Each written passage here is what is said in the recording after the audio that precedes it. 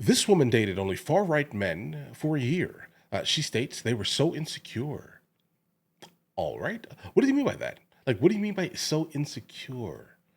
Are they insecure, or are they like are they actually insecure, or are they only insecure because they don't adhere to whatever ideology you may have implanted, let's say, onto society potentially? Which one is it? Who's the insecure one? But either way, let's jump into it. Let's see what this takes. This is a suggestion via Discord.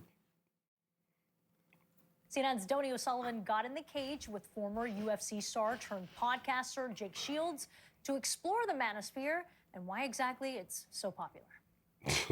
They speak liberal, they have liberal friends, and then they go online and they are a white supremacist. Wow. This is Vera Papa Sova. She spent the last year dating far-right men in New York City for a story for Cosmopolitan magazine. They're the most insecure men I've ever sat down with. She has a full face of makeup on, bro. And she purposefully dressed in the manner that is most likely not how she dresses on a regular basis, right? She's on TV. You're referring to someone being insecure, again, with a full face of makeup. Are you afraid to show us who you really are? Cosmopolitan magazine. They're the most insecure men I've ever sat down with. It was really difficult to have some of these dates because they were so insecure, because they don't really know who they are and they don't know how to figure that out.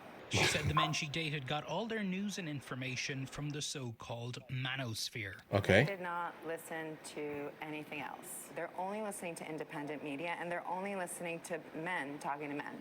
Okay, so independent media definitely, in fact, is better than mainstream media. Mainstream media is basically groupthink.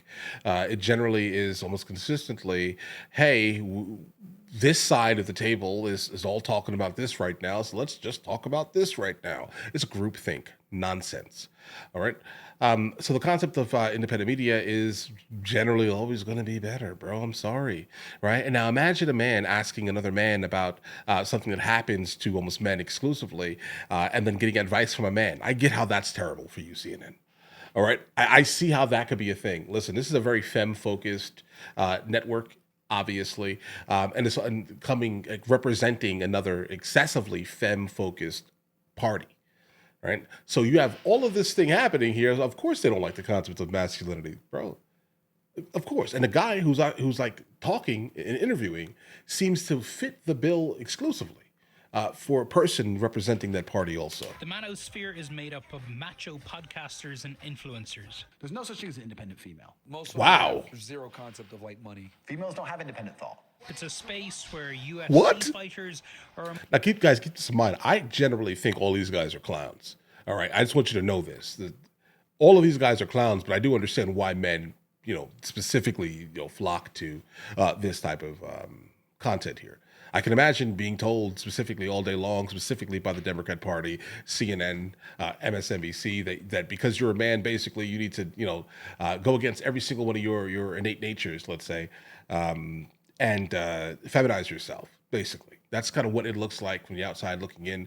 I don't have any dogs in these fights here, guys, but CNN and the Democrat Party exclusively represent that type of thought to me. That's it. It doesn't mean they don't mean anything else to me except for that. Like, I think of them, I think of, okay, let's see what she has to say today. That's basically what it sounds like. Among those who It looks reign a lot. supreme. Also, she said that they listen to this content and they kind of turn into white supremacists. It's odd because the two people that were just shown here are both black. Right? Andrew Tate, along with the ridiculous weirdo from Fresh and Fit. Love the UFC guys. They love the MMA guys because those guys do what they can. They're modern gladiators. They're badass. Oh, Badass like Okay. Jake Shields, a former UFC star turned podcaster. Sorry. Now I'm starting to feel nervous. yeah. Thanks for having us. Yeah, of course. Who I met at an MMA gym in Las Vegas. Like all great MMA pros. Yeah, exactly what I said earlier. Like, imagine for a second here. I'm sorry, guys. We're gonna keep stopping. I'm gonna try to stop it actually here, right? But if you were to literally sit a man in a room and ask them which man would they rather be, this guy right here, okay, this guy right here, or the other guy, you're going to instantly find out that most men don't want to be this guy right here on the screen. They don't want to be this guy. But for some reason, CNN picked basically I'm guessing the one with the least levels of testosterone in their building that they could possibly find, and then put him on the screen to represent masculinity in any way. Most men won't listen to this man. But either way, there's like no confidence in him. I'm not punching back. Hit me. No, sit right here. KO. This is CNN. That's the man you want us to be, bro. That one right there. Do you miss Come being on. full-time pro, like in terms of? You know, of course I miss it. To go from professional athlete, which is the highest of highs, to retirement. And I You have guess to the podcast has helped. You could fall into depression if you just go from the most amazing career where you're famous and spotlights to all of a sudden you're a nobody. Sure. Like other podcasters in the Manosphere, Jake regularly hosts controversial guests. And I named the podcast Fighting Back. I feel like we have to fight back what we're told we're allowed to do. I just don't like to be told you're not allowed to talk to this person. Like, why can't I talk to him? I'm not saying I agree with his ideology, but I should hear what he has to say. He's hosted the former Grand Wizard of the Ku Klux Is that David Klan. Duke? Today I have a very, very special guest, Dr. Hold on. Wait a second here. Hold on. Well, why? David Duke. I'm sorry. Listen, some opinions are just not valid. I'm just gonna be honest here. Some opinions are just not valid. You don't platform absolute filth. Be honest. I knew you're controversial, but I had no idea how controversial. And Thomas Russo, the leader of the white supremacist group Patriot Front. Let's go where we disagree a little bit. Yes, sure. Let's hit race, because you're a white-only group? So the organization only allows people of American ethnicity, and all Americans, I believe, come from Europe, so they're white. The true heirs of the American spirit fight on! You don't What? understand and talk to these guys, but I've also not brought anyone hateful. If I do, I'm going to be really on top of them. But see, Oh, bro, okay, guys. Let me listen. Before you guys showed me this video here, I have no idea who this person is. I don't watch MMA or like UFC or any of these things at all. But don't send me nothing from this man's channel or podcast. I'm good, bro. you saying that you haven't brought someone hateful on, right? People say, well, you brought on the Grand Wizard of the KKK. Right. You brought on Right. the Patriot Front. I don't want to sit here and side with CNN, guys, but Those are excellent questions, but if people go and watch the actual interviews, I think they would be like, oh, this guy's not near as hateful as if I yeah, nah, bro, I'm not going to watch those interviews. expect it. But Vera says hate isn't what the men she dated were really looking for. One of these guys brought me to a political meeting. And did they talk about politics? Barely.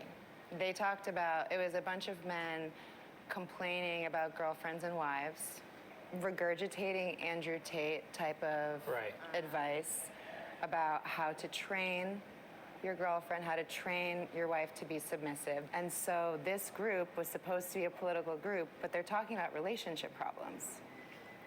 And the fact that that's what most of the time was spent on, Okay. you don't need to be a neo-Nazi. You need therapy. The appeal of I mean, the therapy should honestly be so. Guys, I'm definitely in the camp of if you cannot find, like, if you're someone who's looking for a submissive wife, my wife is submissive. If you like, and I mean like in the traditional sense of the way here, guys, right? I mean, she also doesn't work and things like that. There's no half stepping, let's say, when it comes to my wife, right? But I also did not specifically, I didn't do it on purpose. I didn't know that I was a passport bro. Apparently, before I was nowadays, I guess. But I married a woman that was outside of the United States of America because her thought process matched mine perfectly, exactly how I expected a house to run, et cetera, et cetera, et cetera, right? But I would definitely say if you're in the United States of America, that's probably not something that you're going to find specifically in a larger city or anyone that has been exclusively, reared, let's say, in the third wave, that's going on right now, at least. But I would definitely say if you get with someone and they're not in that ilk, let's say, the thing you probably shouldn't do is attempt to change them. Kind of get with someone if that's the case, and kind of make sure that your priorities match, let's say, rather than specifically trying to change them from who you met them as, let's say. If you are looking for that type of thing, you're probably not going to find it in the United States of America. So stop looking there, obviously. There are many places around the world that raise specifically women to be a certain way, let's say. You don't need to be a neo-Nazi. You need therapy. The appeal of Jake's podcast speaks to a need among young men in this country that Vera says can't be ignored. You have to incentivize someone to want to be better. You can't just say, let's make men better. The thing about these guys is their biggest support system is online, but that also is very isolating. And you just admitted like the silent part out loud. You know that? The biggest support system is online, but that also is very isolating, and isolation is what breeds hatred. Okay. Groups like Patriot Front offer community. Bro, why are they correlating these weirdos with like men getting information, right? Like I'm thoroughly confused. Guys, keep this in mind. I am not someone who partakes in this culture right here. This right here. I don't partake in the weirdo cultures, guys. The alpha males, the weirdos, guys. I don't partake in this at all. But some things are true, and you can't really, back away from some of these things. Let's say. But why the correlation? Is that a thing that goes on within these groups? Because again, you mentioned two of the largest ones, and both of them just happen to be black. So what's going on here, guys? How are these guys coming into this organization? Or are you just trying to do a hit job on men seeking help from other men on the internet? Because that's what it looks like, CNN. Right? I already have a negative opinion of you to begin with, right? So this isn't helping your case. A community based on racism and hate. People have to really think about, do you have the capacity to talk to people that you don't agree with? Because that one nice conversation you might have might change someone's day enough to not have to seek out help in an online support group, which is actually a bunch of white supremacists using political beliefs as an excuse for how they feel. Donny O'Sullivan is here with us now. Donny, I'm so glad you've done this special. There's so much intrigue around this issue of the Manosphere. In fact, Trump is going to the UFC tonight. How big of a role does the sport play in the Manosphere? Guys. Hey, Isabel. Yeah, and look, we should point out at the start here, there's tons of guys who are fans, and some women as well, who are fans of the UFC. I have many friends who are fans of the UFC. It certainly does not mean, that if you are a fan of the UFC, you are falling sort of down this rabbit hole of hate, white supremacy. And why'd you put this together, bro? But what we are seeing is that there is this sort of, there is this crossover. The UFC is playing a greater and bigger role, really, in American life. Joe Rogan, who's the world's biggest podcaster, is a UFC commentator. Dana White, who is the founder of the UFC, is a prominent Trump supporter and was recently appointed to the board of Meta by Mark Zuckerberg himself, another big MMA and UFC fan. And actually fighting tonight in Miami, Trump is going to the event. We're not sure if he'll be there for the earlier fights, but fighting tonight in Miami at the UFC event is a fighter by the name of Bryce Mitchell, who recently set up a podcast of his own, and on his debut episode a few months ago, he said that Hitler was a quote-unquote good guy or a great guy. Dana White, the head of the UFC, was quick to condemn that. But, what? You can just kind of see there where folks who might be coming into this sport for one reason are a fan of fighting, and then they're getting exposed to views like Bryce Mitchell's. Okay, so this is like moderately multifaceted here. It seems like they're conflating things. All right, it definitely feels a lot like they're saying that every single person that partakes in paying attention to this, I guess, group, the Manosphere, right? Immediately, no matter what, has like an innate love, let's say, for the UFC or MMA. It seems like the trouble may actually lie with the UFC and MMA. That's what it. Again, I don't pay attention. I don't watch sports. I'm not interested. I don't care about a single sport that exists on Earth. Doesn't matter to me. If they were to stop, I'd be fine. It wouldn't affect me. No one in my household. Again, right?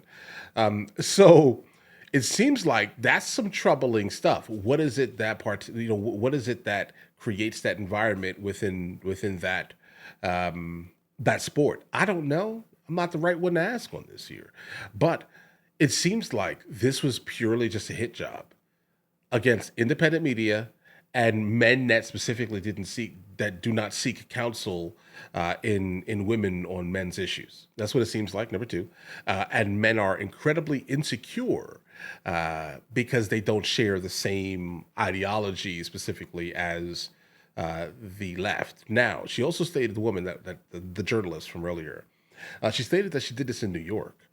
I'm from New York. Okay, I can tell you this right now.